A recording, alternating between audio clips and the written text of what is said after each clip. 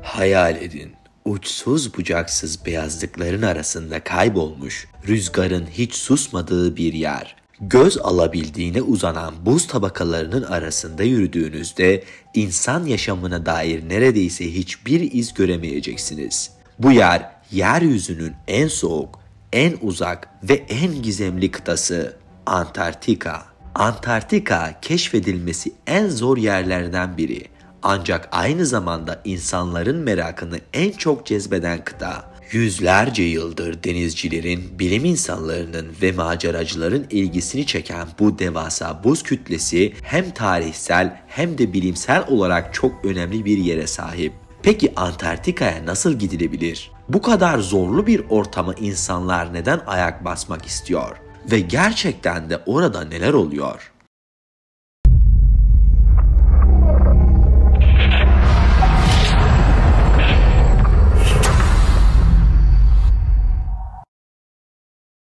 Antarktika'ya ulaşmak büyük bir macera anlamına gelir. Kıta dünya üzerindeki en izole yerlerden biridir ve buraya ulaşım oldukça sınırlıdır. Günümüzde Antarktika'ya gitmenin birkaç yolu var, ancak en yaygın olanı bilimsel görevler için kullanılan gemiler ve nadiren kullanılan özel uçuşlardır. Çoğu insan için kıtanın kapıları bilimsel araştırma ekiplerine ve özellikle bu amaçla donatılmış gemilere açıktır. Antarktika'ya giden yolcuların çoğu Güney Amerika'nın en güney ucunda yer alan Ushuaia şehrinden başlar. Buradan Antarktika'ya doğru yol alan gemiler ünlü Drake geçidini geçerler. Drake geçidi dünyanın en tehlikeli ve sert denizlerinden biridir. Dev dalgalar ve dondurucu soğukla başa çıkmak burada yolculuk eden herkes için büyük bir sınav demektir. Yolculuk ortalama 48 saat sürer. Ancak bu 48 saatlik sürede yaşanan zorlu hava koşulları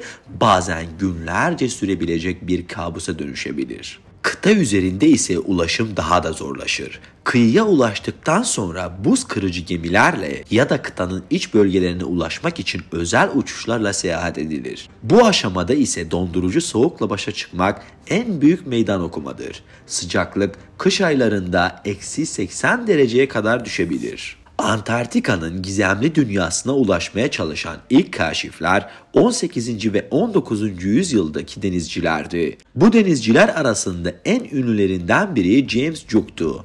Cook 1773'te Antarktika'ya kadar yaklaşmış, ancak zorlu koşullar sebebiyle kıtaya ayak basamamıştır. Antarktika'ya ulaşan ilk insan ise 1820 yılında Fabian Gottlieb adlı bir Rus denizciydi. Ancak asıl büyük macera Ernest Shackleton ve onun Endurance isimli keşif gemisiyle başlamıştır. 1914 yılında Shackleton Antarktika'nın bilinmeyen derinliklerine doğru büyük bir keşif yolculuğa çıktı. Fakat gemisi buzda sıkışıp kalınca ekibiyle birlikte zorlu koşullarda hayatta kalma mücadelesi verdi. Shackleton'un ekibinin hayatta kalması tarihin en olağanüstü kurtuluş hikayelerinden biri olarak anılmaktadır. Bu tarihlerde bilimsel keşifler ve sınır tanımayan maceracılar Antarktika'ya olan ilgiyi arttırdı. Ancak kıtanın bugünkü anlamda keşfi ve bilimsel araştırmaların başlaması 1950'li yıllarda Uluslararası Jeofizik Yılı ile ivme kazandı. O zamandan bu yana Antarktika bilimi dünyasının en önemli araştırma merkezlerinden biri haline geldi. Antarktika sadece soğuk, buz ve rüzgardan ibaret değil. Yüzyıllardır süre gelen merak, kıtanın sırlarını çözmeye çalışan bilim insanlarının çalışmasını hızlandırıyor. Bugün kıtada onlarca bilimsel üs bulunuyor ve burada yapılan araştırmalar sadece iklim değişikliği ya da buzul hareketleri gibi konuları kapsamıyor. Antarktika uzay araştırmaları, mikroorganizmaların incelenmesi, yeraltı göllerinin keşfi ve hatta dünya dışı yaşam olasılıklarına dair çalışmaların merkezi haline gelmiş durumda. Buzun altında gömülü gizemler ise Antarktika'nın en büyük sırlarından biri. Bilim insanları kıtanın buz tabakasının altında devasa tatlı su göllerinin varlığını keşfettiler. Bunlardan en ünlüsü Vostok Gölü. Bu göl yüz binlerce yıldır buzla kaplı olduğu için içinde bulunabilecek organizmalarının tamamen izole bir yaşam formu olabileceği düşünülüyor. Bu, başka gezegenlerdeki olası yaşamın da bir benzeri olabileceği teorisini güçlendiriyor. Bir diğer dikkat çekici gizem ise Antarktika'nın devasa yeraltı dağları. Bilim insanları radar teknolojisi kullanarak buz tabakasının altında kilometrelerce uzanan bir dağ silsilesi keşfettiler. Bu dağlar hala büyük oranda bir sır ve onları araştırmak için büyük çaba sarf ediliyor. Antarktika zaman zaman uzaylılar ve gizli üslerle ilgili komplo teorilerinin de odağı olmuştur. Bazı teorisyenler buzul altındaki gizli üslerin dünya dışı varlıklarla bağlantılı olabileceğini iddia etse de bu iddialar bilimsel temellere dayanmıyor. Yine de kıtanın ulaşılması güç yapısı bu tür spekülasyonların büyümesine olanak sağlıyor. İnsanlar oraya gidilmesinin yasak olduğunu ve hiç kimseye izin verilmiyor diyerek orada kim bilir neler buldular sorularını gündeme getirerek sadece komplo teorileri yayınlıyorlar. Bu bilgiler her ne kadar bilim insanları tarafından ya da başka insanlar tarafından çürütülse de bazıları inanmamakta ısrar ediyor. Örneğin ülkemizde en büyük yanılgılardan bir tanesi oraya gitmenin yasak olduğu iddiasıdır. Gitmenin birçok yolu bulunmakla birlikte çok masraflı olduğu için aslında sadece susarak bu teorilere kulak asılıyor. Oysaki defalarca birçok YouTuber'ın bile ziyaret edip videolar yayınladığı ve rahatlıkla parası olan herkesin gidebildiği bir yeri sadece bir saçma teoriyle gidilemez demek dünyanın en büyük yanılgısı sanırım. Bugün Antarktika'da 30'dan fazla ülkenin kurduğu 70'in üzerinde bilimsel üs bulunmaktadır. Bu üsler kıtanın farklı noktalarına dağılmış durumdadır ve burada binlerce bilim insanı görev yapmaktadır. Antarktika Antlaşması çerçevesinde kıta üzerinde herhangi bir askeri faaliyet yapılması yasaklanmış olup yalnızca bilimsel araştırmalar amacıyla kullanılmaktadır. Bu üslerde yapılan araştırmalar çoğunlukla iklim değişikliği, ekosistemler ve buzulların incelenmesi üzerine yoğunlaşmıştır. Antarktika'nın buz tabakaları dünya deniz seviyesinin yükselmesi üzerindeki en büyük tehditlerden biridir ve bu nedenle bilim insanları buradaki buz hareketlerini yakından takip eder. Aynı zamanda kıtanın temiz ve izole atmosferi uzay gözlemleri yapmak için de ideal bir ortam sağlıyor. İlginçtir ki Antarktika'da bazı ünlü şirketlerin dahi kendi araştırma üsleri bulunmaktadır. NASA, Mars'taki koşulları simüle edebilmek için Antarktika'yı kullanıyor. Çünkü kıtanın sert koşulları